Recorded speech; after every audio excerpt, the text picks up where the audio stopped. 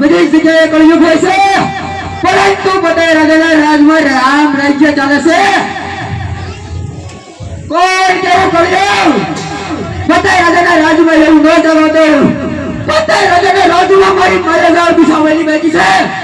તો લાય અત્યારે બધા રાજાના રાજમાં જાઓ અને મારી મર્યાદા દુસાવે.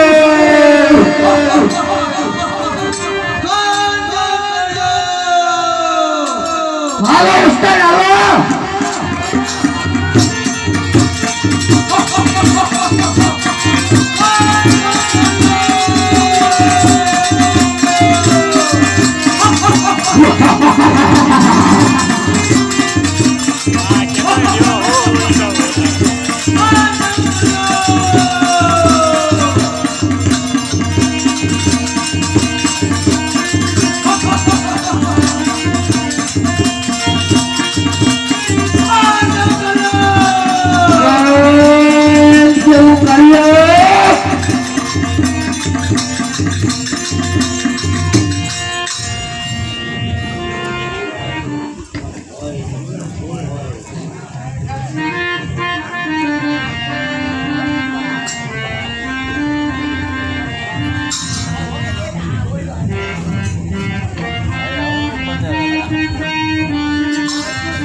નમસ્કાર રાજા.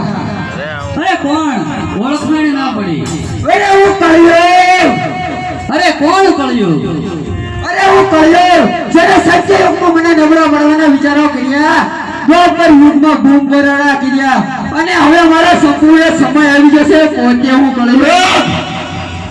અરે તે અહીં આવી તે તારા મોતને નોતર્યું છે, માટે મરવા માટે તૈયાર થઈ જા.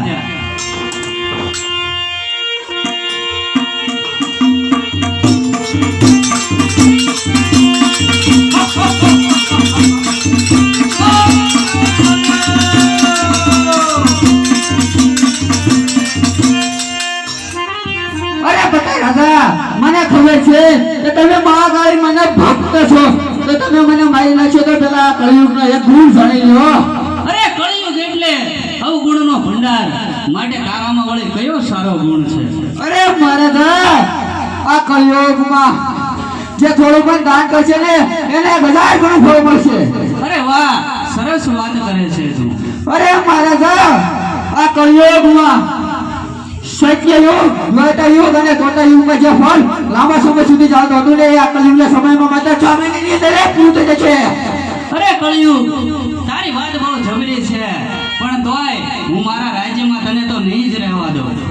અરે મહારાજા, પણ હું તો એક મૃત્યુ લોકનો સર્વ VIP છું, માટે તમારા રાજ છોડીને કેમ જાઉં? અરે ભલે કળિયુગ, હું તને મારા રાજ્યમાં જગ્યા આપીશ, પણ તારા મૂળ સ્વરૂપે નહીં. પાંદડામાં ફળ ફૂલ અને સોનાના મિશ્રણમાં તું અદ્રશ્ય સ્વરૂપે રહી શકે છે. ભલે મહારાજા ભલે. અરે જય માતાજી કળિયુગ. અરે જય કળિયુગ. કોઈ કેવું કળિયુગ? મૂળ પોતે રાજાએ મને સોના અને ચાંદીમાં રહેવાનું કીધું છે, તો લાય એના ગળામાં સોના અને ચાંદી પહેરાશે, તેમાં જોશો આટ કરો.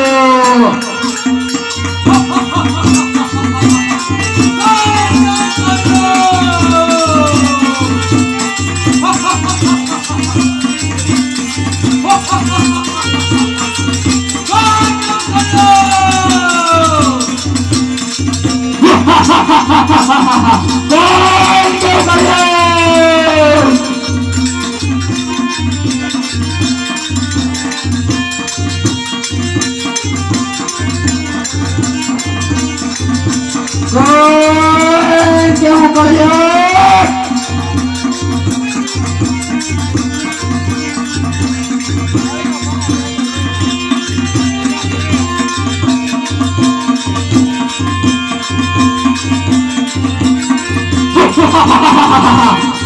કેવું કર્યું?